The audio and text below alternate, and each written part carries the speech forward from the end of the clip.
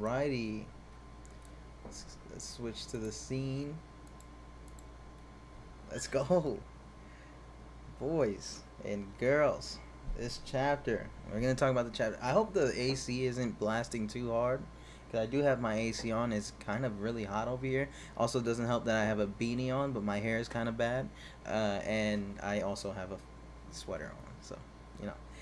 Hopefully that isn't too bothersome. Please let me know. I'll definitely turn it off because I only stream for like an hour or two anyways, so that shouldn't really kill me. So, yeah, just let me know if that's a problem.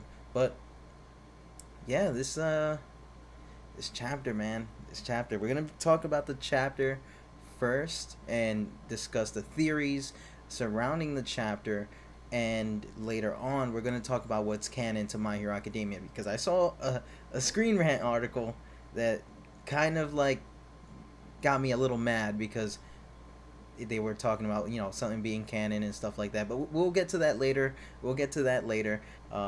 Right now let's go over chapter 362 of My Hero Academia. So this chapter was honestly insane. It's a very sad chapter. It honestly is. If you're a Bakugo fan, this chapter messed you up to the gods. Like, it really did. It violated me.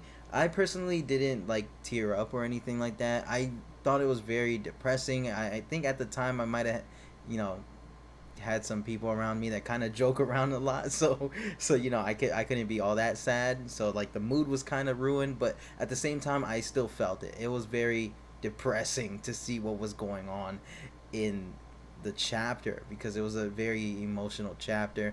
Things were going crazy, and you know, it was just a whole bunch of stuff to unpack, and we're going to unpack it right now. So I'm gonna get the chapter open up right now on my phone so that way we could just talk about it more. It's crazy how this week there's going to be no chapter at all, and we're gonna have to wait a whole 2 weeks basically just to get a new chapter. So next week on Sunday we'll be getting a new chapter. Obviously, in between that, in the middle of that week, in the middle of next week, we're going to get the leaks. So I'm gonna see the leaks, but if something crazy happens in the leaks, I might have to talk about it on Monday, which is how it worked out this week, where I posted the video of the theory, my theory, or not just my theory, because a lot of people did think about it too, but the theory that I posted on Monday about what could potentially be going on in this chapter. Hey, Travis, nice to see you again. Nice seeing familiar faces in the stream. So we're gonna talk about this chapter right now, man. They're gonna break this thing down. So the chapter basically picks up where the last chapter ended off at, and that's with Sun Eater forming his big plasma cannon and shooting it off at Shigaraki, or he was about to shoot it off at Shigaraki, and in this chapter he does succeed in shooting off the plasma cannon at Shigaraki.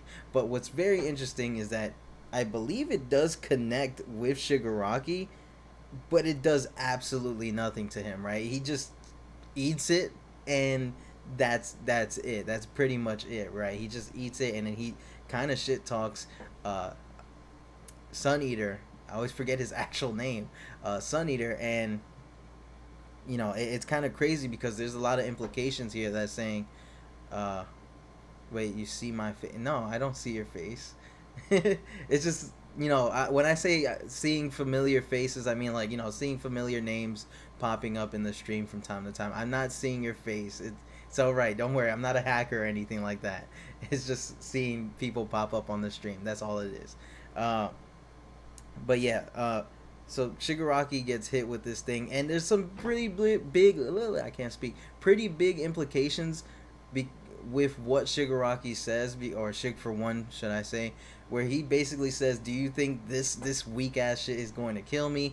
You know, did you even think that this could possibly kill a prime All Might, or an All Might in his prime, right? And it basically confirms that All Might in his prime, a prime All Might, is the strongest character in the series, or is the strongest version of a character in the entire series. So basically, after that, we see weak All Might, or All Might at the point where he lost some of his internal organs.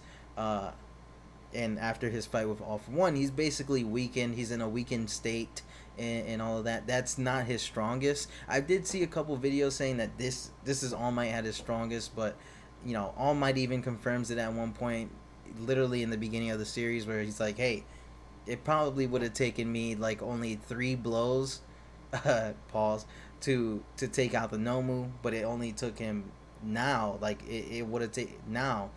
It took him only fucking sorry for cursing. It only took him 300 mighty blows, right? That's what the quote was, or that's what he said that he did, right? That it took him 300 blows to take out the Nomu, and he was basically just weak at that point. And now we have Shigaraki coming out of nowhere, and it's like, hey, did you really think that plasma cannon, that phasma beam was going to kill me? Did you even think that would kill a prime All Might? Like, get real, kid. Like, he basically was like, you're dog shit, kid. Like, get out of my lobby. It was pretty insane to see that this attack 100% folded, right?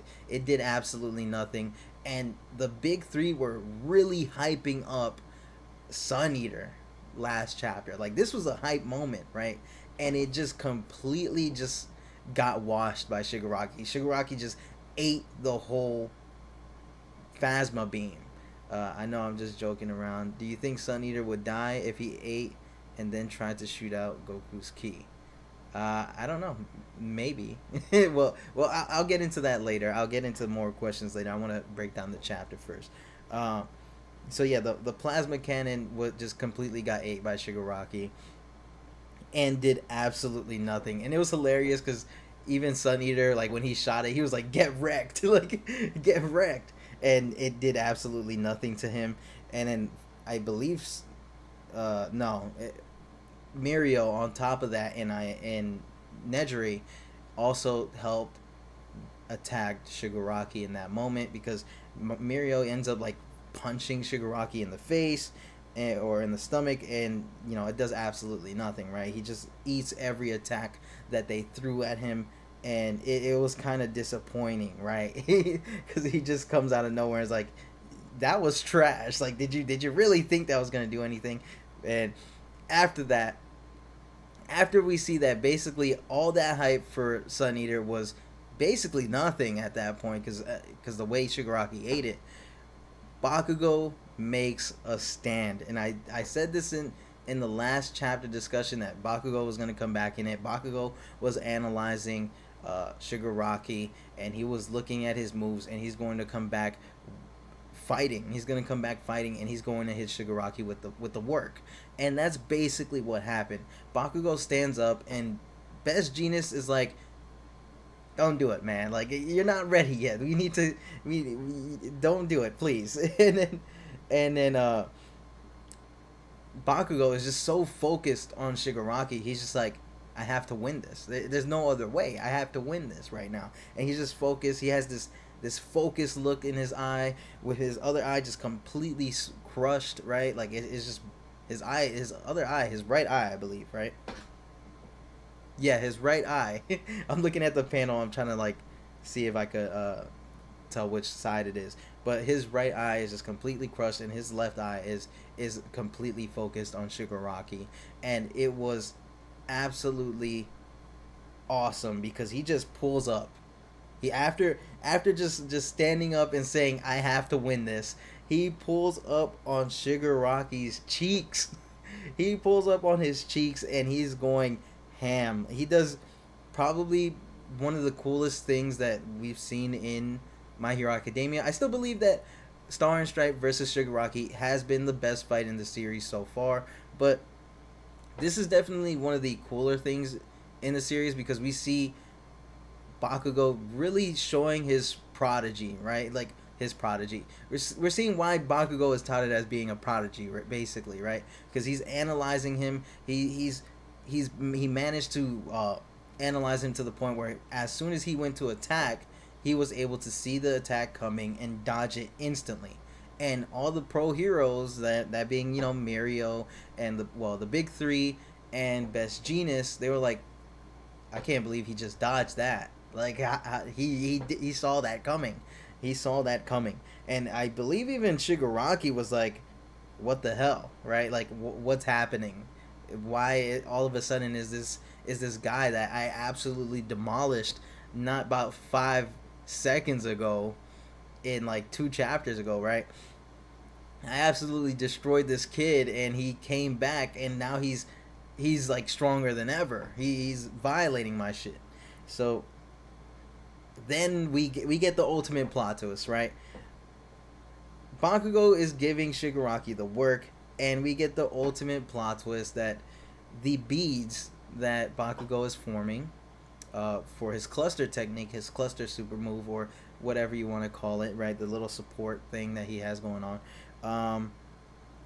That he wasn't aware himself that all the beads that he was storing up, all this accumulated beads, this accumulated nitroglycerin like sweat turned into beads, was so his palms were so strained to the point that he couldn't push them all out. So the beads that were formed in his body ended up going through his entire system, his body system, and was trying to find different exit routes to come out and explode.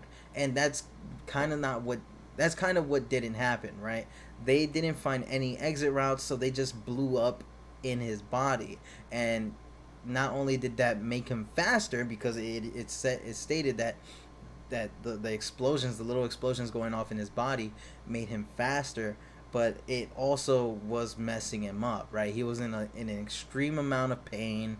He's coughing blood out of his mouth, and at one point his heart blows up, right? And I believe that's what did it, right? Me personally, I believe his heart blew up because of the beads. His quirk is what made his heart eventually blow up. They're being set off within him, right? And they're going through his stream, his system. So it makes sense that like one of the beads would have went through a blood vessel that eventually made it to the heart, and then blew up in his heart accidentally, right? I don't know. I don't think Bakugo meant for his heart to get blown up that way, but it just so happened that it did. And it's crazy because Bakugo throughout that whole time was thinking about, can I even catch up to Deku? It's very sad because we know that Deku and Bakugo are the biggest rivals, especially in the series, right? In the series, compared to like something like Todoroki and Deku, right? It's not really on the same level as Bakugo and Deku, and it's not really on the same level as even Endeavor and All Might. Yeah, Endeavor and All Might are kind of rivals, but All Might was just way too ahead to even consider him a rival, let's be honest. But, Bakugo and Deku are the biggest rivals in the series, and he thought about Deku. He was like, hey, can I even catch up to him still? Do I still have that ability? And it's I believe he does have somewhat the ability to catch up, but not in the way of strength, but more in skill, right? Because we all know One For All gives Deku the ultimate power booster, with all that accumulated strength and accumulated power within One For All. So there's no way that Bakugo could potentially match Deku with strength, but I think I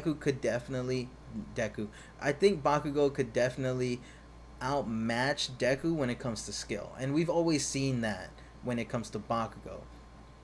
Bakugo is the more skilled one, while Deku is the most powerful due to his quirk. So I always thought that if Bakugo really wanted to catch up to Deku, it's to always beat Deku in terms of skill and not strength. And strength, yes, is key to a lot of things, and especially with someone like Bakugo, who has an explosion type quirk, who can make things blow up, right?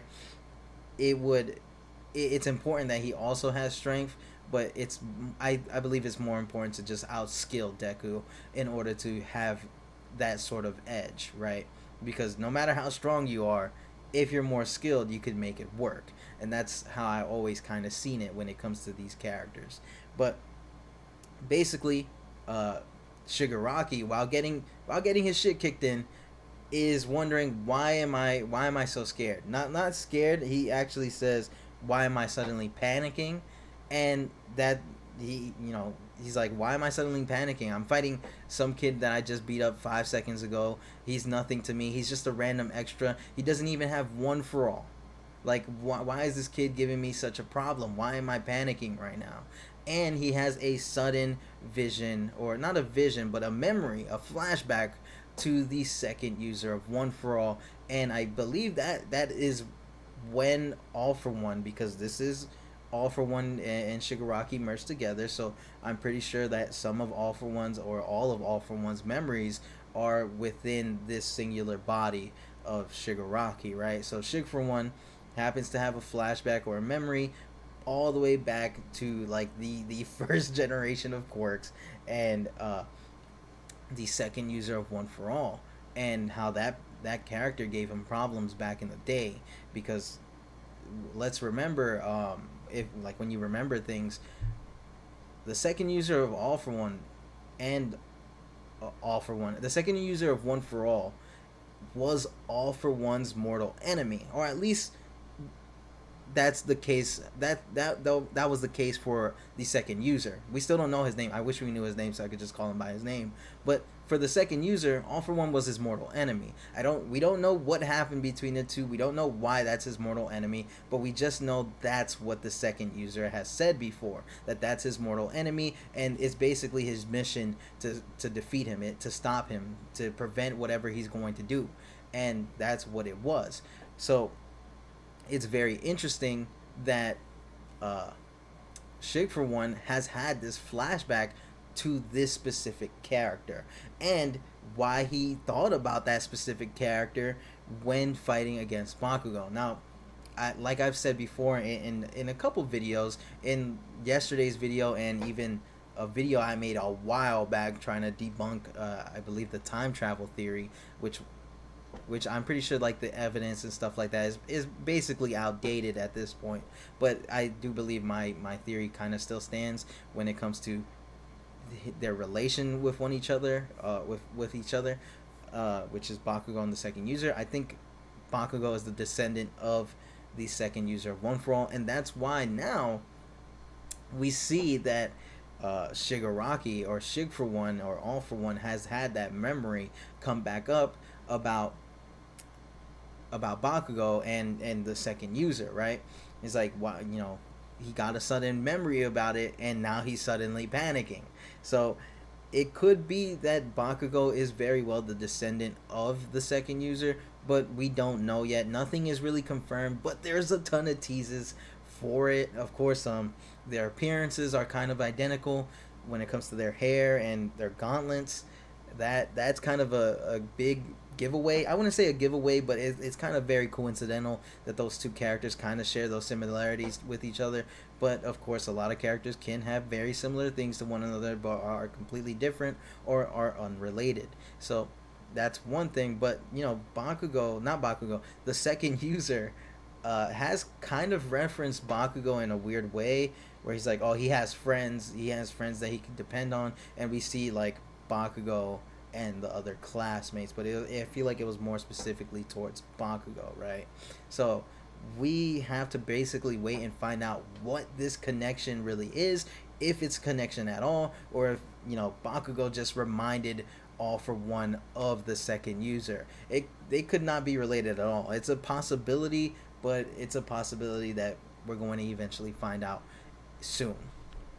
Now, continuing on, Bakugo goes into like this afterlife section where like he's basically dying. He's on death's door, and he sees the vestige of All Might. Now it's very interesting. Out of all the people, why is he seeing the same exact vestige that we see in the One for All world? And this is clearly because of the Heroes Rising movie, which I'll get more into that later. But we know that in the Heroes Rising movie, Bakugo was temporarily a One for All user. He was technically the 10th user of One for All for a short amount of time. Like I said, temporarily, right? He was temporarily a One for All user, and then at the end of the movie, the One for All ends up going back to I was gonna say Shigaraki, ends up going back to Deku. So I believe that is why Bakugo is at least seeing the vestige of All Might, because it doesn't make a lot of sense why he would see it. Of course, you could make the case of like, hey, he's seeing All Might because his brain is doing that to him, right? There in real life, your brain when you're dying, you tend to see things, or like not even just your brain, but that's like the scientific way of saying it. Like people end up seeing what they want to see, or seeing their last moments, or they end up seeing heaven, depending on what you believe in or what you kind of regret. You kind of see that, right? You kind of see that on your deathbed, and that's kind of what he's seeing right now. He's seeing the vestige of All Might, but it's weird because he technically would have not have remembered All Might's vestige when he had One for All, because at the end of that movie he doesn't remember having One for All at all. So he has a perfect vision, well, not vision, a perfect recreation of this vestige that he technically has never seen before, because his memory kind of disappeared with it, right? When he lost One for All during the Heroes Rising movie, he lost the memory of what happened during that moment, during when he got One for All. So he couldn't have been able to have had the time to have seen the One for All vestiges and get this perfect recreation. So I think that All Might has like a little piece of himself within Bakugo from that moment, from the Heroes Rising moment where he gets One for All, and a piece of All Might kind of stayed with him, right? Because that is his student, that is someone who he looks after, and that's someone who he cares for deeply. So it makes sense that All Might would sort of attach a little piece of himself to a user of One for All, or at least a user of One for All that he cares for. And even though it was temporarily, and this was probably the only way that Bakugo would have ever have interacted with a vestige, it's cool to see that that little piece of a vestige is with him. So I'm glad. I just saw that comment, but that's kind of a little bit messed up. But we'll get into that in a little bit, because the discussion is almost over. Um, it's very cool that that's possibly the only way that he got to interact with this vestige. But either way, Bakugo is pretty much like, yo, I kind of regret not getting your autograph, because I really wanted your autograph for this All Might card that I got when I was a kid. That's pretty much what happened. It was very depressing, man. It was so sad to see that, Bakugo at the end of the day he's just a kid. He's just a teenager who likes teenage things. I mean, even me right now, I like to get stuff autographed. I believe I have somewhere around here, right there, That's an autograph stained Funko Pop, signed by the I believe the English voice actor. And it's cool to get stuff autographed, right, from people that, not that you, well, for Bakugo's case, you admire, but it's not like I admire these people. I just love these characters, and I love the voice acting, right? And I guess I could say I do kind of admire them to a certain extent, because they voiced and they brought these characters to life for me. But me personally, I would have preferred to have gotten the Japanese voice actors to do it. But it's still cool. I still got to get it done from a certain convention, and it was cool to get this thing autographed, right? So I love the fact that Bakugo shows like his little All Might fanboy within himself, and is like, man, I wish I would have gotten this autograph when I still had the chance, and I wasn't being such a total d-bag, right? So that's pretty much like the kind of one of the saddest things. It kind of hits you in the feels, man, about why, like, about this character, this kid, this teenager just absolutely getting murked. Like, it's sad. Then after that, we see his heart blow up, which I explained earlier. That was most likely due to the nitroglycerin beads that were going throughout his body and accidentally blowing up his heart. So that was something that happened. Then we see like the big three and also the other heroes trying to save Bakugo from Shig for One, but Shig for One lands a fatal blow on his chest and he flies back. Now, what's very interesting about the page where we see all of the heroes trying to save Bakugo, or trying to prevent Shig for One from landing a hit on Bakugo, because they all saw it coming. They all saw that Bakugo was going to get hit. Is that what's his name? Edshot was nowhere in sight. Now this could be fixed for the manga, right? Because that's what technically happens. And I do still have to work on my manga versus weekly video for this. I barely got started on that, guys. I'm so sorry. I said I was gonna get it done by the end of last month, and I didn't get it done by the end of that month. So I'm sorry. Hopefully within this month that should be done. But you know, like how it is when the manga drops, when the volume drops, this should be something that gets fixed because we all know that Edgeshot is actually in this battlefield. So it's very interesting that Horikoshi might have forgotten that Edgeshot was there, or it could be explained that yes, Edgeshot was there, but he was so thin from being like a needle that he was trying to like hold back Shig for one, and it just didn't work. He was probably one of the strings uh, that came pulling up that you could expect, that you would assume that it would have been Best Genius that had all those wires pull up, but maybe maybe Horikoshi might say in an extra page like, oh, one of those strings was Edgeshot. But we could very well see this panel or this page get redone to include Edgeshot in it. So I've seen a lot of people kind of point that out, and I've noticed it too. And it's kind of funny to see that all the heroes were there except Edgeshot. Edgeshot was just like, I don't want no smoke, man. I don't want to be there. But yeah, Shigaraki. Bakugo gets flown back, and basically we get an interesting sort of report from a newscaster, right? A newscaster's like, hey, these regions, there's been a drastic rise in temperature and weather disturbances, so watch out for that. Then we see Bakugo's mom and dad, and Bakugo's mom Mitsuki was like, yo, it's raining, and our son, he sure as hell does not like the rain. So it's kind of just like a play on it being sad. We all know rain in anime, manga, or movies in general, in comics, rain basically symbolizes sad shit going on, and that's what it basically was. It was very interesting seeing as how like they're not witnessing what's going on themselves, because I believe there's the business class, or whatever they are, they're inside that spot, they're inside the UA high school where this whole fight is going down, and they're recording what's going down. So they have a recording of it. I'm not sure if it was live streamed. I remember seeing on Twitter that somebody said that was live streamed, and that possibly that Mitsuki and Bakugo's dad, I always forget his name, even if he even has a name, are going to possibly see it through the live stream. And that's a possibility, but hopefully that they don't. Hopefully they don't. But yeah, Bakugo gets flown back. Everybody's like, yo, something happened to his heart. We see all the heroes reacting to it. Sadly, we do see Aizawa reacting to it, and he looks so sad. It's depressing. He looks so sad. Like, he can't believe that shit just happened. And of course, we don't get to see Edgeshot in this either. We don't get his reaction, which is very confusing. I do believe Horikoshi just forgot to include him into the chapter when we do indeed know that he's there. And the chapter officially ends with Bakugo laying on the ground dead. And as Nero said, sadly, Bakugo is Bakugan.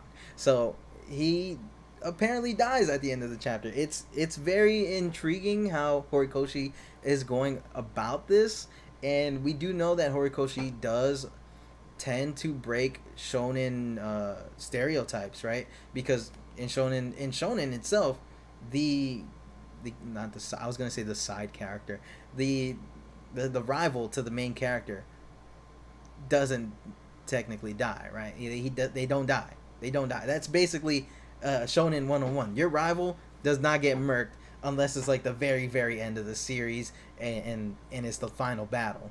And we know that this technically is not the final battle because Deku's not even there. So it would be crazy to have the rival to the main character just completely die and not come back, right? It would be insane. So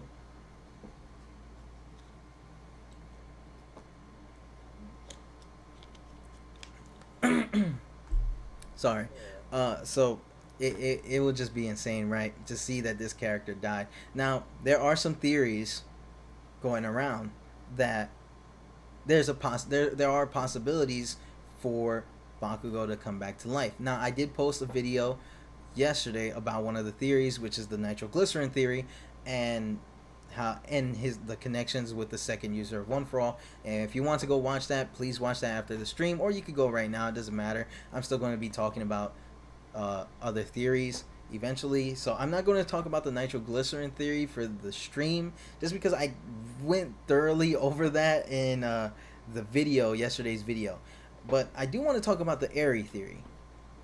Now, the Eri theory is quite an interesting one. I've seen some comments under my nitroglycerin theory that, Eri is also a possibility, and that people on Twitter, and I've seen it on Twitter myself, that people on Twitter have been saying, Eri could possibly bring Bakugo back from the dead. And I don't think that is even possible. First of all, we have to understand that we don't know the extent of Eri's powers. We don't know whether or not Eri can bring back somebody who's already dead. We do know that Eri's ability rewinds someone's body in a previous state, right? In a previous state, like before then. It's hard to explain a little bit. I'm sorry, but it doesn't.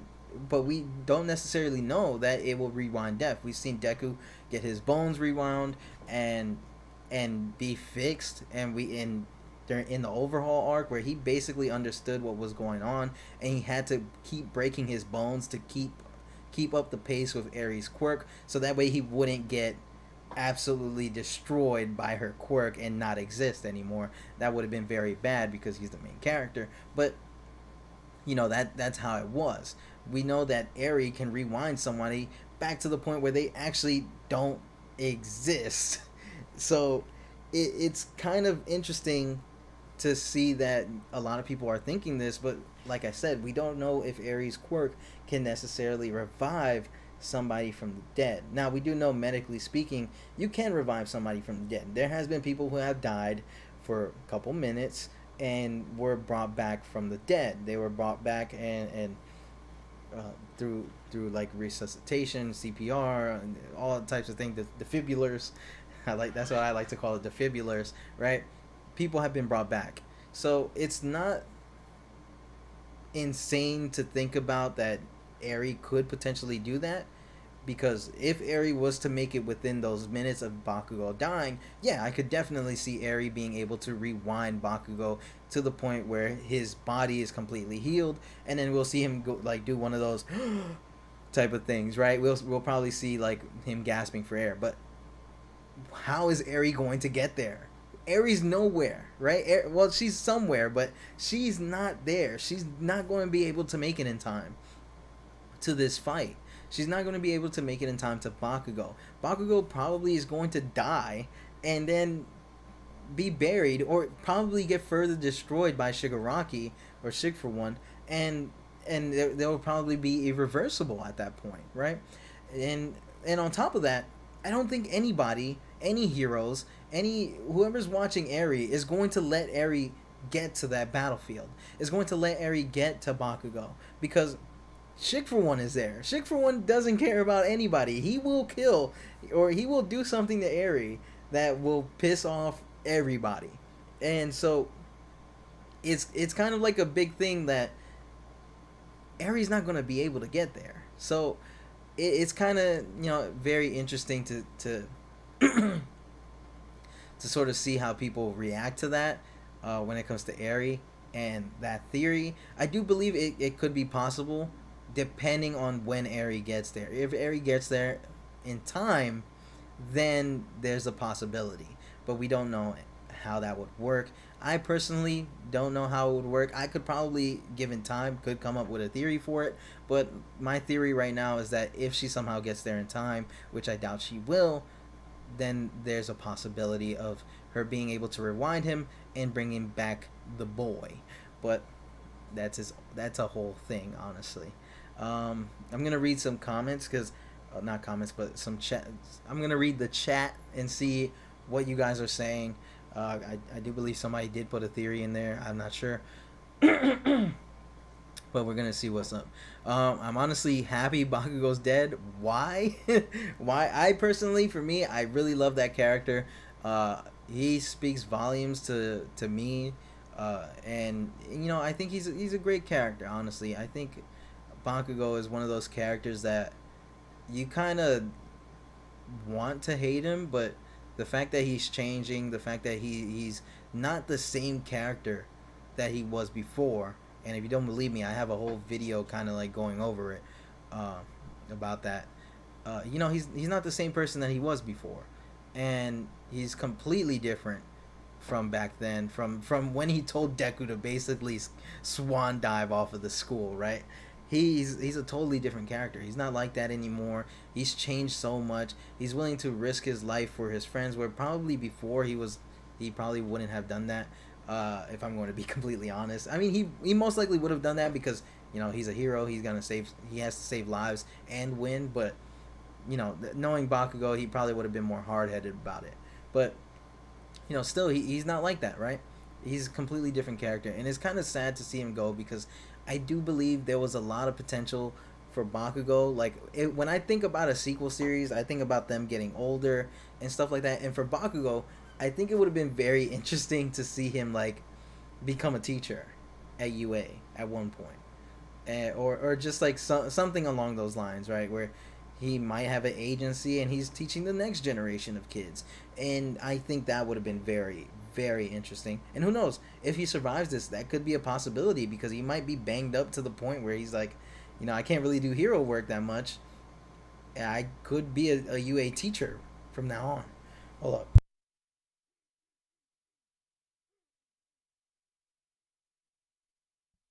All right. Sorry about that. I didn't want to let you guys hear me dying, but I was kind of like dying right there. But yeah, that's kind of like what I was hoping would happen with Bakugo. But it's very interesting to see that Horikoshi could potentially be taking this route of killing Bakugo, and it would fall in line with Horikoshi's writing. Like I said before, Horikoshi has broken a lot of shonen stereotypes in the past when it comes to certain characters and stuff like that, and certain stereotypes. So it's it would be one of those stereotypes that, hey, this could be another thing that he breaks. Like this could very well be the end for Bakugo. Uh, so yeah, I think it's sad to see him go if he does get murked.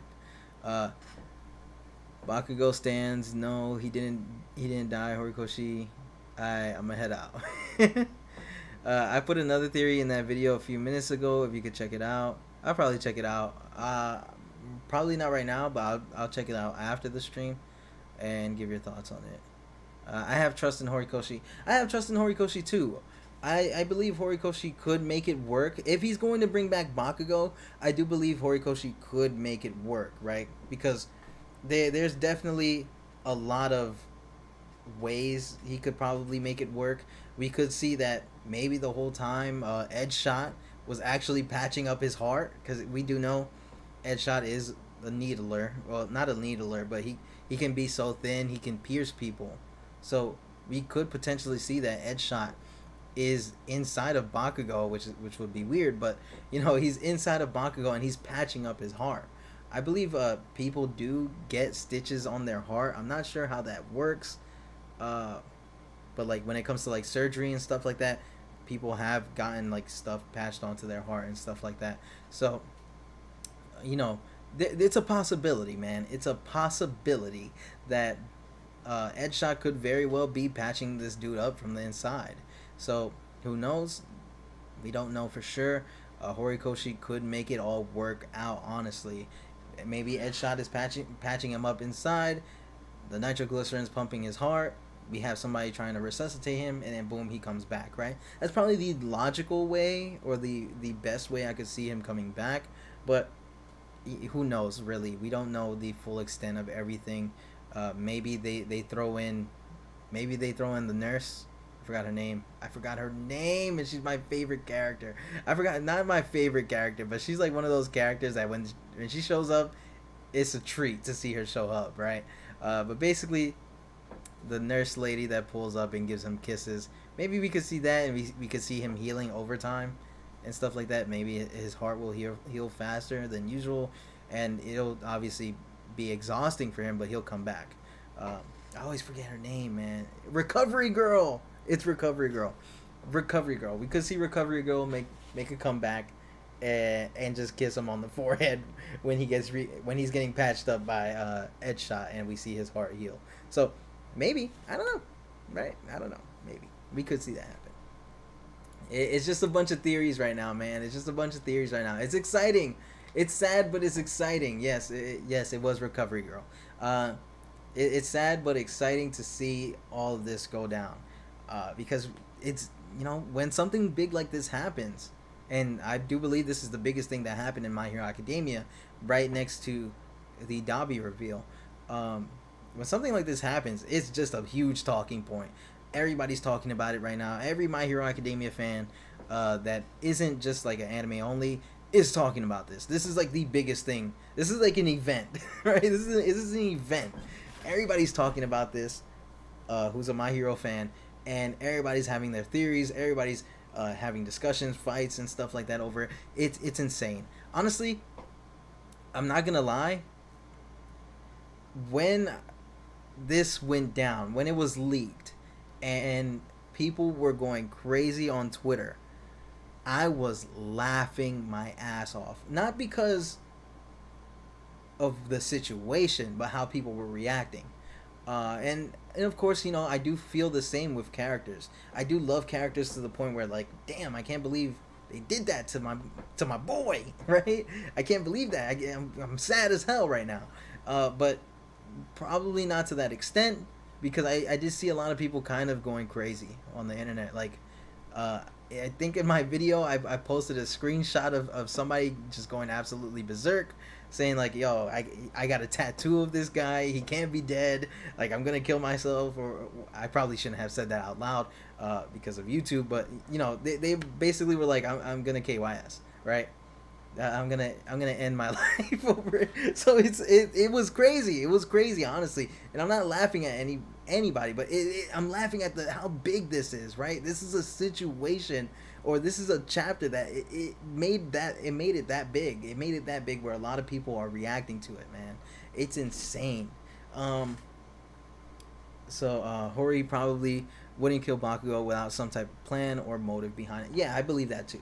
I believe there's a reason what's going on. There's gonna be something big to follow up. There's gonna be something big following up after this, and I don't think Bakugo's death is going to be the biggest thing that happens in this series. We still got Deku's dad.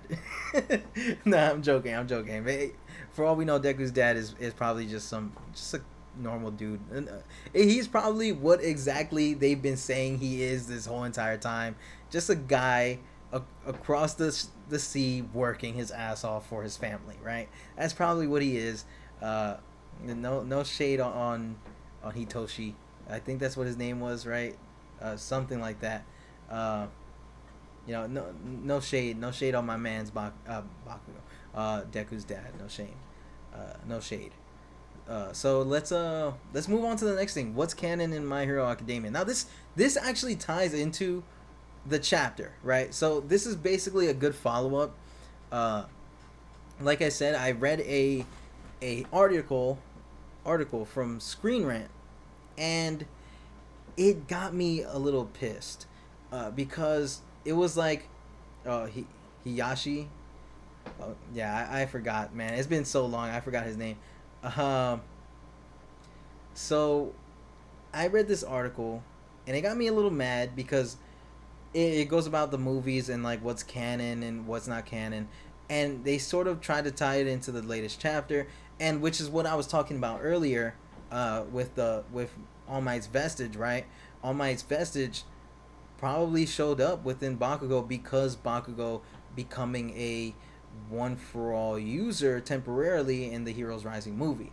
Now they were like, oh, a lot of fans didn't think, a lot of us didn't think this movie was canon, but actually, I have the article here.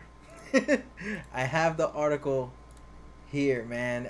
It kind of really ticked me off. So basically, they said that the new chapter was implying that the series' second movie My Hero Academia Heroes Rising has secretly been canonical all along. Now the problem with this, right, is that they're pretty much stating that the movie was never canon to begin with.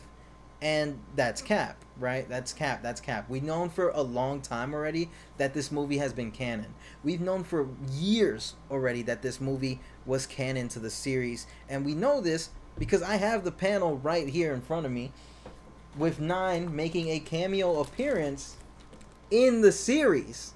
He makes an appearance in the series. And this is the My Villain Academia arc, right? So he makes his appearance in the series. And the Screen Rant article is just like, this movie was never canon to begin with, and this came out like this week, right? This article came out this week, and I know I'm kind of like getting really passionate about it, but I hate when because a lot of these places, a lot of these social media, like I guess news spots or something like that, these people that make articles all the time, whether it's Screen Rant, comicbook.com, or CBR, whatever, right? They tend to make a lot of articles that are filled with not good information, or at least misinformation, right? They're filled with misinformation, and it makes you wonder, are these people writing these articles even aware of what's going on in My Hero Academia or with My Hero Academia, right? Because we've known for a very long time that this movie has been canon. We've known from that panel.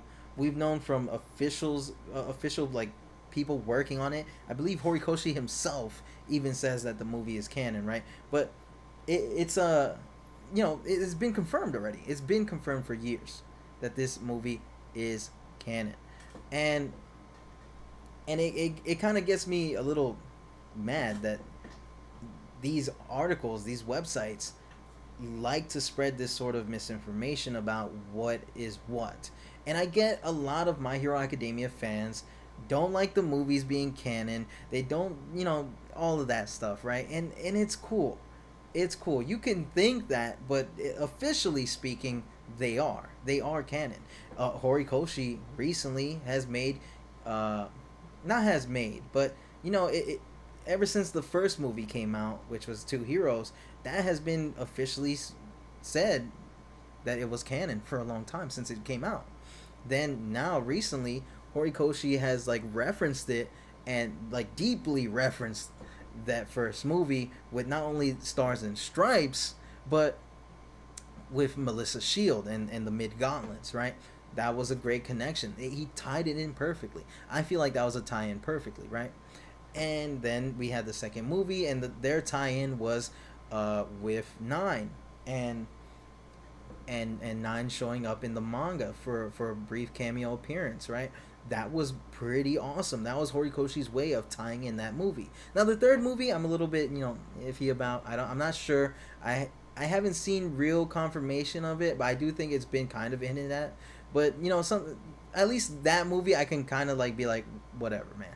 But I personally, I haven't really looked too deep into that one, right? So I'm not gonna say it is, because I'm not sure.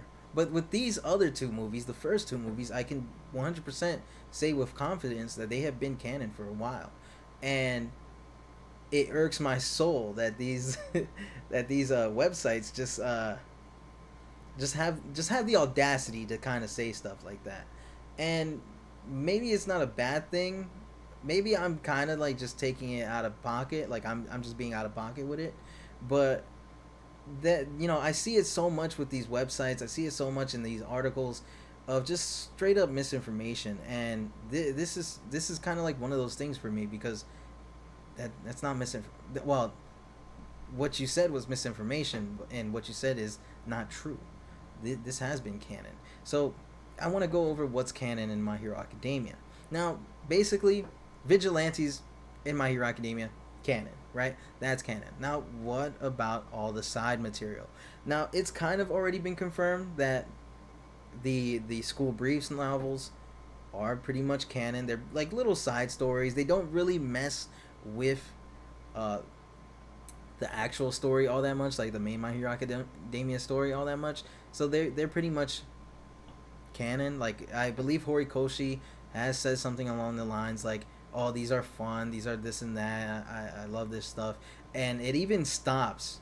Right, I believe School Brief even stops before Deku leaves because they couldn't do anything after that. And if it was completely non-canon, they could have just completely kept on going with it, right? But they stopped. They stopped making school briefs because we can't go past this certain point in the source material because Deku and everything is going down right now, and we're at that point where all of this shit is going down, so we can't make any more. So that's I believe that could be like in the middle, if you want. I'm pretty sure it's canon.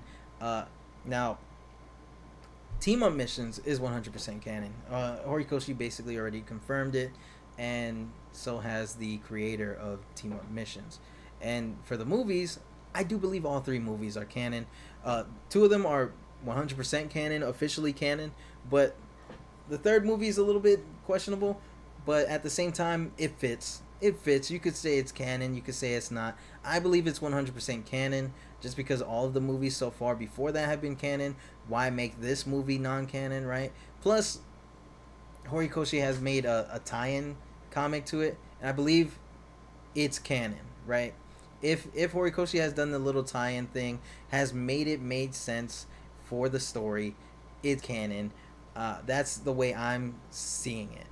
So, yeah, that's kind of like my problem with that. Why I wanted to talk about what's canon with the series, because of that article. That article really ticked me off, guys. That article got me in the mood to really talk about stuff and what's canon. I just don't like that, these articles kind of have that misinformation in there. It really ticks me off. But I do like that if it's true, right?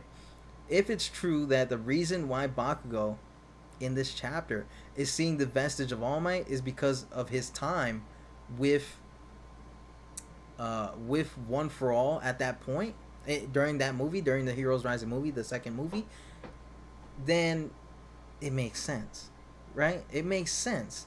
That doesn't mean that it's not canon. That doesn't mean that it only got canon in that moment because Bakugo is witnessing the vestige from his little time spent with One for All. The thing has been confirmed canon. It's been confirmed canon since My Villain Academia. And there's a lot of people like I said before, there's a lot of people like that who think like that. Who think that the movies are just not canon even though they're confirmed to be. And it makes you wonder why does Screen Rant, why does like these websites, these comic book websites hire people who don't really know what's going on with My Hero Academia, its lore, the story and stuff like that. Don't get me wrong, these websites, even though they spread some misinformation with their theory articles and discussions on certain things, these are very credible websites when it comes, listen carefully, when it comes to giving us news. So like when we get season 6 news, when we get exclusive news on the movies coming out and stuff like that, they're credible. I'm not going to discredit them on that. I'm not going to say that they spread misinformation all the time, but it's only in certain articles that they do. When it comes to official news, 100% credible, of course. When it comes to certain topics, that's when the misinformation sort of seeps in and slips in from time to time. I don't want to get sued. Like I don't want to get sued. So it's just like, what I'm seeing and what I'm saying is practically correct, because in that article it kind of states that it wasn't canon to begin with, but it was actually canon this whole time. Just because the anime didn't show 9 doesn't mean the manga didn't, right? So I'm gonna read some of the chat, and I'm probably gonna end the stream soon. I'm not sure. We could probably talk about more stuff if you guys want to give up some topics. I only really wanted to talk about what's canon to My Hero Academia and the chapter, but if you guys have questions, let me know. I'm gonna read some of the chat right now and see what have you guys been saying. So Hori, I read that Deku's dad, all for one, nervous, sweating. That is a big thing. Like I said, I in a previous stream, I believe, I wouldn't be surprised if it happened just because Horikoshi is a big nerd like the rest of us, and he loves Star Wars, and like in Star Wars, you know, the main villain of Star Wars ended up becoming the hero's dad, or that the hero's dad didn't know about, which was Luke and Darth Vader, right? That's spoilers, I guess, but you know, everybody knows what the hell happens there. Shit. Like, right, like even my nephew who's like 5 years old knows what happens there. Shit, my son who's 3 probably knows. But you know, that that would be kind of like interesting to see happen. We do know that in the series itself there's a lot of Star Wars references and Easter eggs. Like if you look for it, you could find it, right? Like Gran Torino, for example, that's a character that's basically supposed to be, that's supposed to meant to be Yoda in his own way, right? He's the wise little goofy small character. So that, you know, I wouldn't be surprised if that would be the case. That All for One is Deku's dad. But I personally, I wouldn't want that to be the case. Honestly, I think there's a lot of characters that are really related to each other. A lot. Like, there's a lot of characters who are related to each other. And in My Hero Academia, you know, when it comes to characters, the first thing you kind of expect is this character related to this other person? Is this bad guy related to this good guy? Or are these two bad guys related? Right? So that's kind of like what you see a lot with My Hero Academia, and I'd rather prefer that my Deku to be like not related. Like he's just some guy that came in, right? He's just a user that came in, he got roped into it, now he has all this responsibility on top. I'd rather it be like that than him personally be connected to it by having All for One be his dad. I wouldn't want that. Would it make the series bad for me? Will it kill the series for me? No, but me personally, I would just want Deku to be a normal guy that got into all of this, right? I want him to be like you know, anybody could have walked into this. It's not, you're not destined to have fought All for One just because he's your dad, right?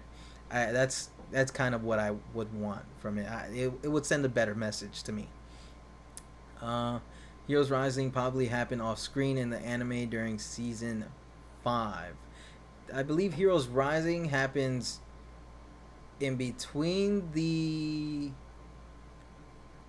My Villain Academia arc, because at the end of that arc, Dr. Ujiko is like, I have something for you to do. And we don't see what it is in the manga, because what he wants Shigaraki to do is deliver 9, or have the League deliver 9, right? That's what he wants. That's what it is. So that's basically when it happens, right? That's when Heroes Rising takes place. Is right after that.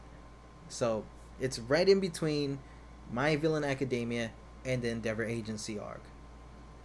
Now, if you're going off of the anime, it happens between the Endeavor Agency arc and My Villain Academia, because the timelines kind of switched around, or the arcs are switched around, right? But the timeline itself in the anime is actually the same. So My Villain Academia, Heroes Rising, Endeavor Agency arc. So that's where it takes place. Not to be rude, but out of topic, are you going to do a Shigaraki analysis video specifically on Shigaraki's whole identity disorder? Yeah, I'm not gonna say yes, but I did talk about that in the one stream where I basically was like, and don't worry, you're not being rude asking questions, man. If you're asking a question, it's all right. Like, there's nothing rude about it. I do kind of want to touch on it in a possible video, like an analysis video. The first not the first analysis video that I want to do, but like, because I already did the Bakugo one, I do want to talk about Todoroki first, because that is the guy that I am the most invested in, and I do want to touch on like the childhood trauma and things like that. I know I've been saying that for like a couple weeks already, but it's a video that I have to go really hard on. Like I have to put all my attention on, and I have, I also have to drop videos in between, and I'm not gonna just like go away for like a month just to work on that. So I want to be consistent as possible, but it's gonna take me time. It really is going to take me time because I do want to talk about the whole identity disorder thing and how I thought that was brilliant. I already went over how I thought it was brilliant in the last chapter. Not was it the last chapter where basically he starts freaking out because Tenko is in there. I love that whole like identity disorder thing. I love it. I honestly think it's probably one of the coolest things in the series, and it's a pretty cool plot twist when it comes to Shigaraki, Tenko, and All for One. I think it's pretty dope. I might end up doing that, honestly. I might end up doing that one of these days, but probably not anytime soon. So don't expect that anytime soon, but do expect it to come out sometime at some point. Because I do want to talk about that. I do plan on doing like little analysis type videos for every character, especially like Ochako and stuff like that. I know some people might have their opinions on her, but I do want to do certain analysis videos on those characters, on these specific characters. I think every character might eventually get one. Obviously not characters who don't get that much development, but for the most part you'll see a lot of characters eventually getting an analysis video throughout the years, right? 'Cause I do plan on making videos for a long time, whether or not whoever watches or not, because I do want to get my thoughts out there. So next chat. I just watched your theory video on Bakugo surviving and wanting to add the best genius could possibly manipulate the muscle fibers in Bakugo's heart to fix it, and Bakugo's sweat can revive him. Sorry if this is off topic. No, it's fine. It's not off topic. Like I said, you can ask whatever questions you want. It doesn't matter. It's not off topic to me personally. So, that's actually pretty genius. like like it's kind of, I'm kind of mad that I didn't think about that, honestly, because I did think about the whole edge shot thing earlier, like him patching him up because he's literally a freaking needle, right? But the whole muscle fibers thing is something that I didn't think about with Best Genius, because Best Genius whole quirk is like manipulating these wires, these fibers, these different kinds of fibers, and technically speaking, muscle fibers would be a fiber that possibly Best Genius could manipulate. It's honestly very genius, and I can't believe that, man. Great stuff. Marie Rogers, that's honestly freaking awesome, man. That's an awesome theory. I'm kind of glad you brought that up, man. That's insane. That's insane. Yeah, the him patching up his heart with the muscle fibers is honestly very genius, especially since Bakugo was flown off into the direction of Best Genius, and Best Genius is the one that's kind of like standing over him right now. Well, not standing over him, because I do believe Bakugo flew a little bit past him, but you know, it's very cool to see that's something that people have been thinking about, and I heard it from other people. Actually, I didn't think of it. LOL. No, it's fine. It's the fact that you just brought it up, right? It's the fact that you brought it up that, me personally, I didn't think of it, and me personally, I haven't even seen people talk about it like that. Maybe this was something that is entirely new, that was just talked about not too long ago, that happened before my video or as soon as my video came out. I'm not sure, right? It's probably something that even people were talking about at the time that I just completely glossed over and never noticed. But it's very cool that people have been thinking about that, and that's honestly a very smart way to do it, right? Very smart way to do it. And if Horikoshi does plan on bringing him back, that would be genius. That would honestly be genius. The nitroglycerin already pumping in his, well, not pumping, but already have flown through his whole body, on top of Best Genius patching him up, and then obviously somebody else most likely doing CPR to try and bring him back to life, get that heart pumping again.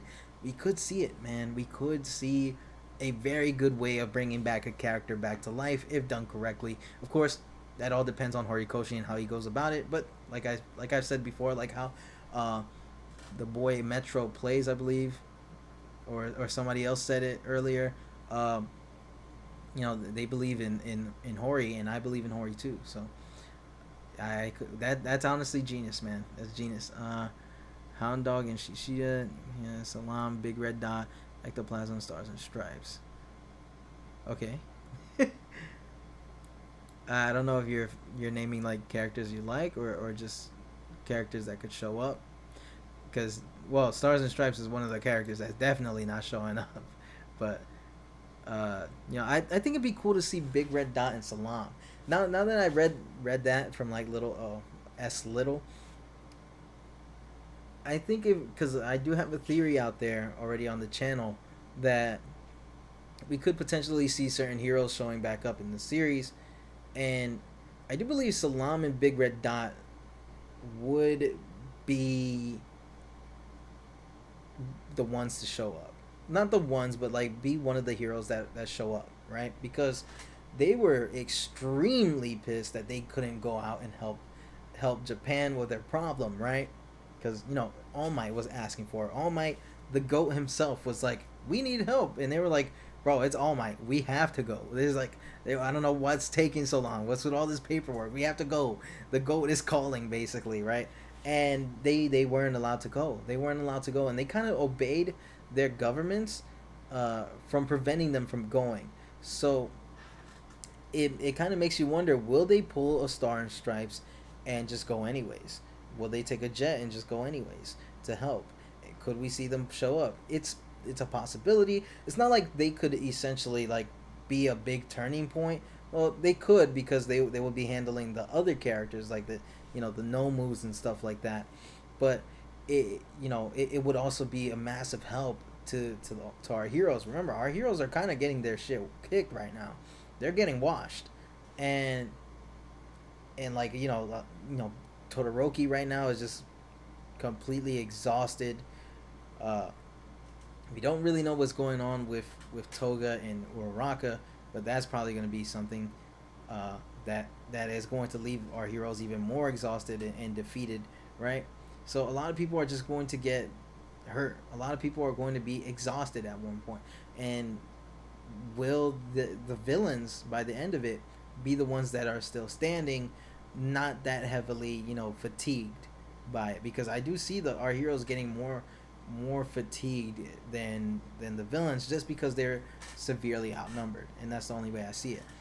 I'm not saying the villains will win, but I'm just saying, like, they will probably be the most tired, and I think at that point is when those heroes should come through. So yeah, let's keep it going. Let's keep it pushing. One of the reasons why I like Deku is the fact he's just a normal person that got one for all. I love that about Deku too. That's why I always bring up my videos, man. That's why in sorry. That's why in my, what you call it, the time All Might one shot Thanos video, I said at the very end of the video, it's like, if we're ever going to get a crossover between Marvel and My Hero Academia again, I would love it if Deku got to meet Spider-Man, because they're very similar to one another. And what I mean by that is how they're both just kids who got this special power, but they weren't necessarily special themselves, right?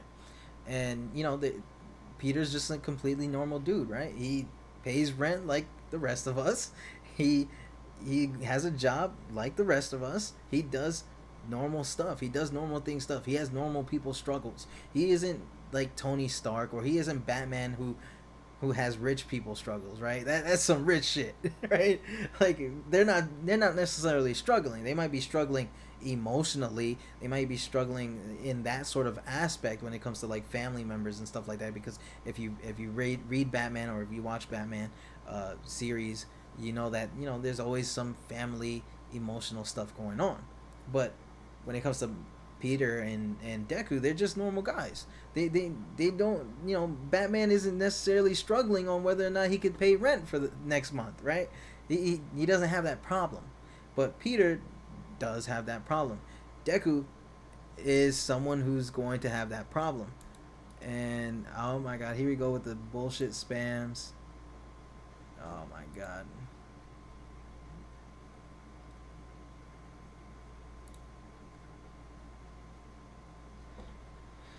They just got murked. But let's see if I could ban this motherfucker. I hide the user on the channel. Alright, so like I was saying, but with Deku and Spider-Man, they're normal people. They're normal people. I hate the freaking bots. I don't know what that whole bot is. If you guys watch Some Ordinary Gamers, I watch his videos all the time, and he kind of like talked about it a little bit, that there are these random ass bots that will show up under comment sections and just spam. It's so stupid, man. It's so dumb. I hate that. I wish YouTube would kind of fix that whole problem. Like, clearly, if somebody has a name called Naked HD XYZ, that mother sucker is a bot. like that's an automatic bot. Just delete that account, man. Stop it, right? I hate that, man. I hate seeing that under my videos. I always try to delete them. If one does slip past by me, my fault, because I don't want nobody clicking on links and stuff like that. So yeah, that I hate that, man. But yeah, Deku and Peter, like I've said for the 10th time already, after that bot shit happened, they're normal people, man. They're normal people, and that's what's cool about it, because it makes you feel like anybody could have done that. Anybody could have done that. It, like the old Stan Lee saying, you don't know if Spider-Man is white, black, Asian, or whatever, right? Hispanic. You don't know that because he's always covered up in a mask, and that's why anybody can sort of picture being Spider-Man. And that's how I kind of feel with Deku. Oh my goodness. And yeah, that's kind of like how I feel like with Deku.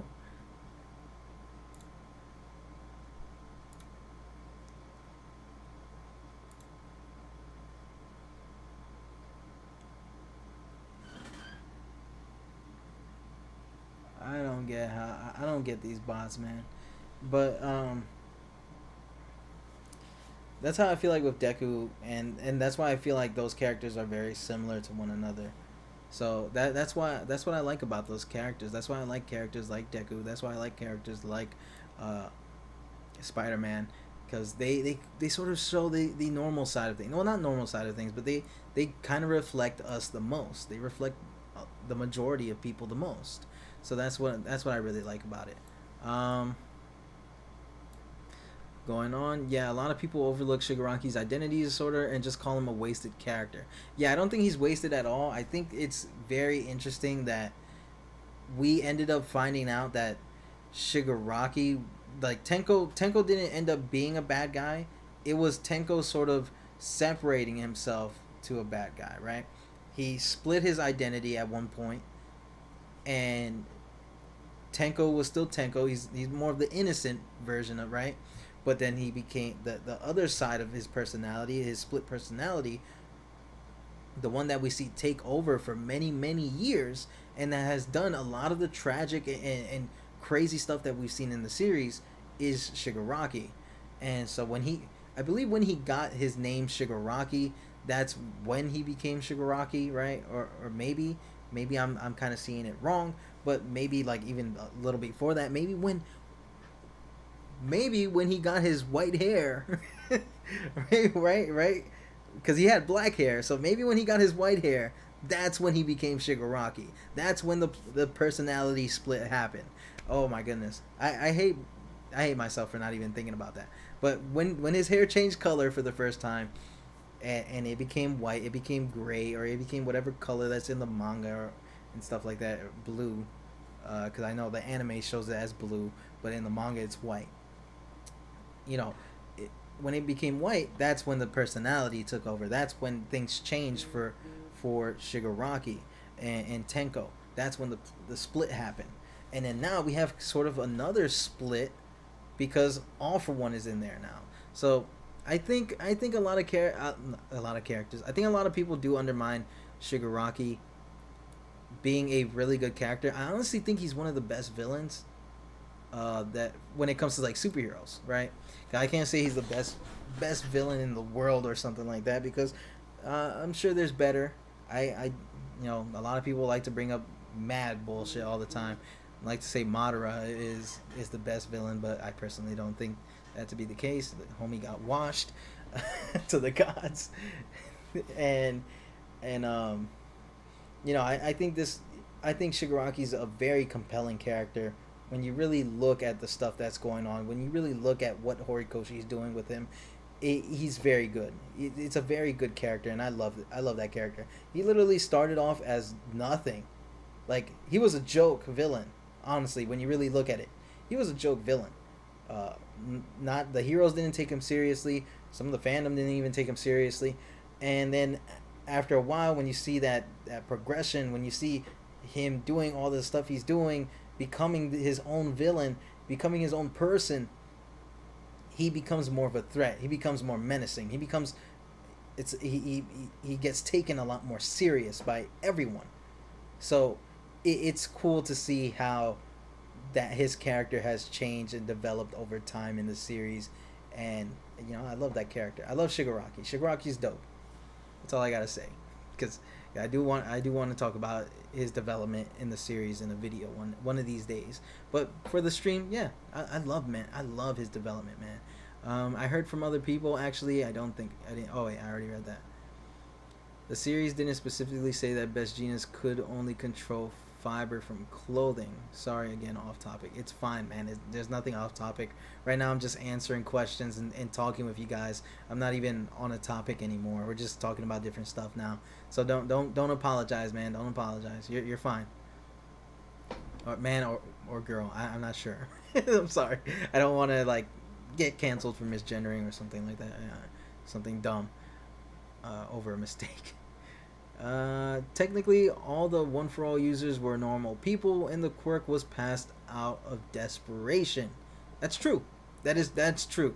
All of them were technically normal people, but when it comes to Deku, he had no quirk, right? He was the most normal of them all, besides All Might. All Might was he was also quirkless, but Deku was more of like the shy guy, the person that you wouldn't expect to even think about giving the quirk to. He was just that normal. And even like when people describe him in the series, he's like, oh, he's the plain looking guy. He's the guy who looks the most plain out of everyone. He's basically the insert yourself character.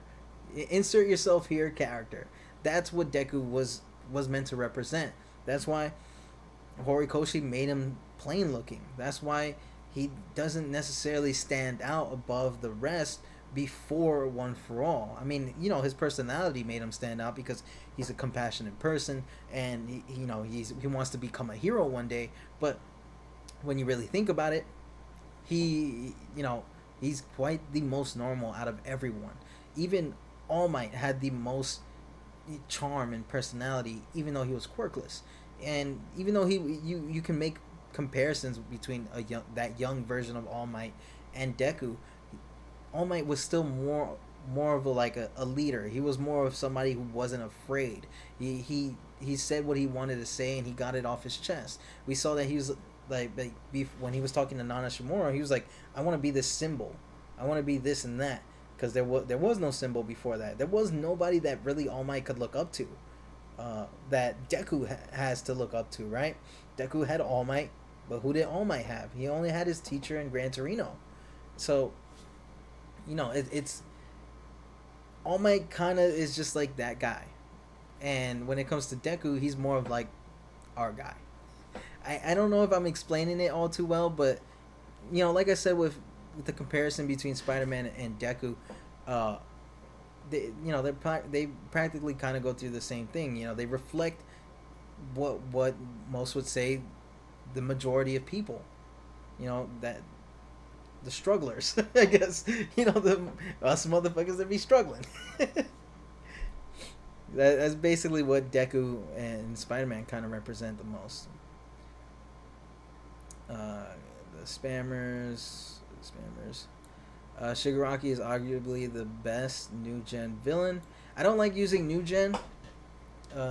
Me personally, because I just think anime is anime. Whatever comes out is cool. It's new, yes, but My Hero Academia has kind of almost been here for almost 10 years. It's not new anymore at this point. But yeah, I agree. He's definitely one of the newer villains in shonen or just comics in general that has made a lot of progress and is very dope. He's definitely one of the best. One of. I know people hear one of the best and only hear the best. So one of guys. uh, Sad part is the fact that there's Shiggy fans that thought Shigaraki was the wasted character after All For One took over his body. I disagree, but it's sad to see. Yeah, yeah, I don't think he's wasted because I do think there's a lot to Shigaraki, even with All For One mixed in there, because we've seen that Shigaraki wants to be his own person. He doesn't want anything to do with All For One and stuff like that. He's sort of grateful for what All For One has given him, because at one point he really did depend on him, but it's more like, it's my time now. You had your chance. You've wasted your chance. You've had your chance. It's my time to shine. It's my time to be the demon lord, right? That's what it is. And that's why I can't wait to see more of what that whole thing is going to bring about.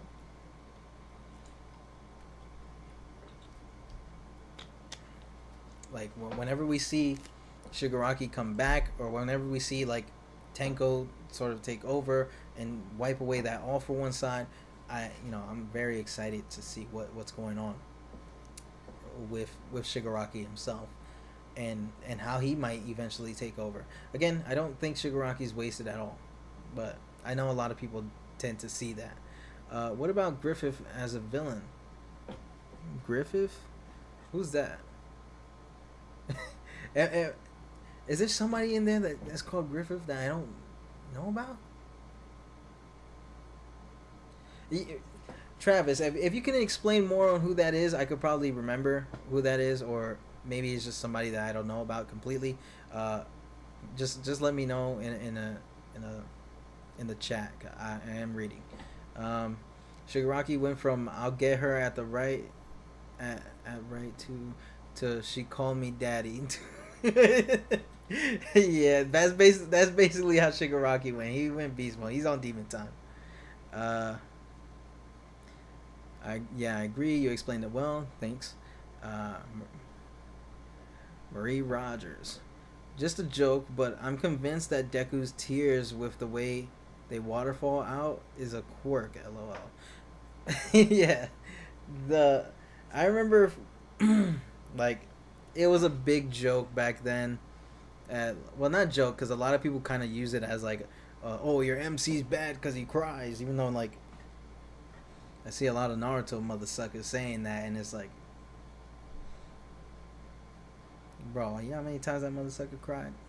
And it's no, I know I kind of bring up Naruto a lot, but Naruto kind of gets compared with My Hero all the time, which to me makes no sense. I get that, Naruto was like an inspiration to a certain extent, but it's kind of weird to compare the two all the time when they're vastly different. Like, they're vastly different. And I love Naruto as well. Don't think just because I fry some of the characters from Naruto specifically that I hate it. I love Naruto. But I just think it's weird that a lot of people seem to make that comparison. And even I make it sometimes. Like I said, I do come for Naruto characters, but like the certain communities that I see on Twitter that be frying My Hero for its characters, it's like I always see some Naruto fans and Black Clover fans, and it's like, you want to talk about My Hero? Have you looked at your series? Have you really seen what your series main character does? Have you seen the dumb shit? It's like they tend to gloss over what their series has done that's kind of dumb, or what their main character that has done is kind of like weird, or not weird, but like necessarily what they make fun of other characters for is their characters have done the same shit, if not worse, and it's always some dumb stuff, right? It's always some dumb. I almost pulled a Mike Tyson with my voice, but it's always some dumb stuff, and I like kind of clapping back. I usually I don't say anything online. I really don't. When I see these dumb takes on Twitter, I always just say it in my head, because I don't want problems. I really don't want problems with nobody. But I think more on the streaming side, I get a lot more loose and like loosey goosey with you guys. so I tend to be a lot more free talking about bullshit that I see, and you know, it's just funny to me. Honestly, it's honestly just funny. Fair. I agree. Plus, didn't Shigaraki fight Stars and Stripes halfway? Yeah, he basically did. He basically did. I believe freaking All For One ended up taking over at one point. I'm not. I don't know who came up with, because when it comes to Shigaraki and the Stars and Stripes site fight, uh, it's always it's a little bit kind of confusing on who did what. And I do believe Shigaraki was the one that came up with the plan to like dig underneath the ground, to avoid getting obliterated by Stars and Stripes move. And I thought that was very genius. I thought that was very smart, like for him to do. And it kind of showed that Shigaraki isn't all that dumb. But of course, if that was All For One, then of course it makes sense why he would think of something like that. But yeah, it's kind of cool to see that whole split personality thing. I need to stop talking about that because I do have a lot of things to say. But and it's like I could go on for days, honestly, when it comes to certain characters and just My Hero Academia in general. Sorry, I mean, I'll get her at 8. My phone always autocorrects. It was still funny. I still understood. Also, during the Great Ninja War, didn't Sasuke get stabbed in the heart by his own sword? Yeah, I believe Madara killed him. Like, Madara was the one that ended Sasuke, and it was somebody like that. And then I think Naruto died because the Jubi left his body, or Kurama left his body. And so those characters both died, right? Naruto dies, Sasuke dies, and honestly, I think this was the biggest ass pull out of everything because I know it's funny that we're talking about that since we've talked about theories about how Bakugo can come back, but I did think it was kind of a big ass pull that just because those two characters were reincarnations of Ashura and Indra, I believe that's what the characters were. They kind of got a free pass, right?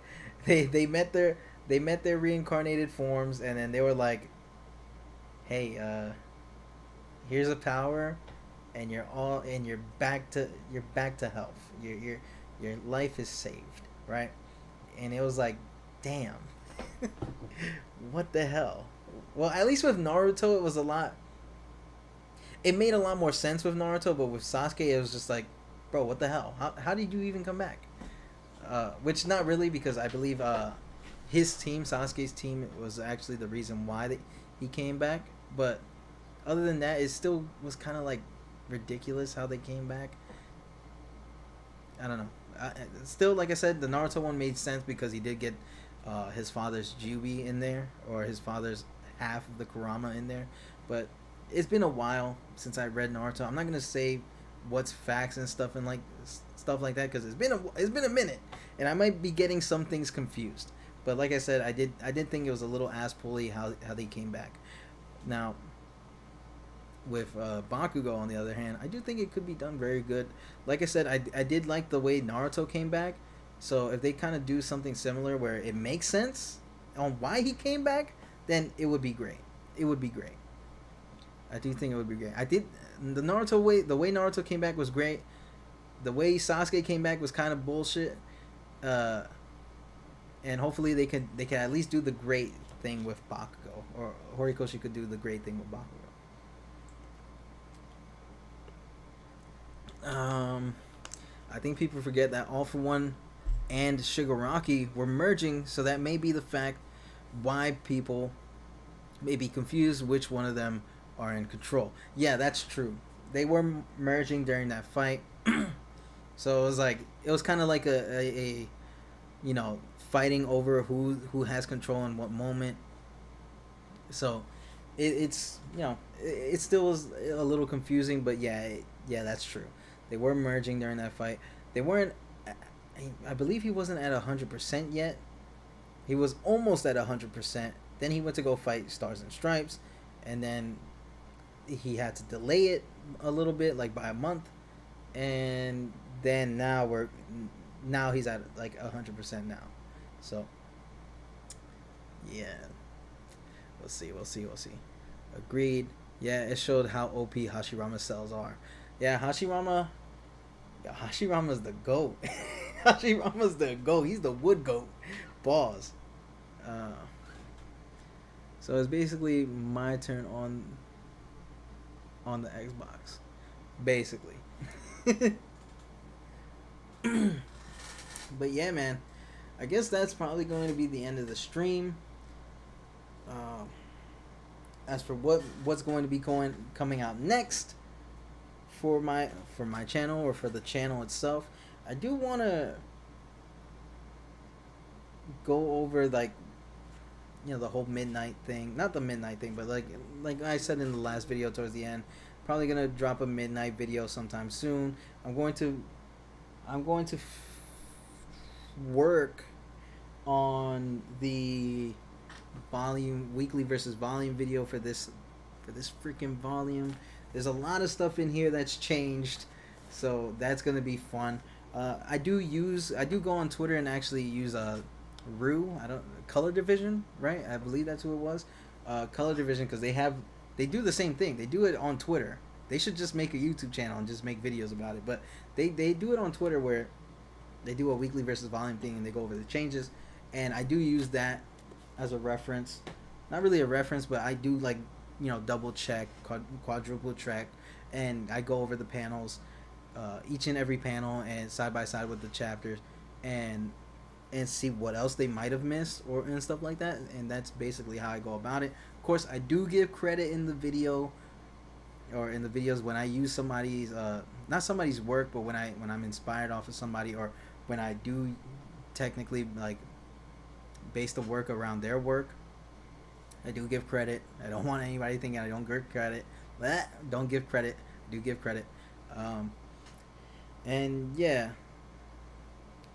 I think that's about it, man. I think that's about it. That's probably what's going to be coming up soon. I do have that one video in mind of the drawings that Horikoshi has made that has kind of predicted what's going to happen in the future of My Hero Academia.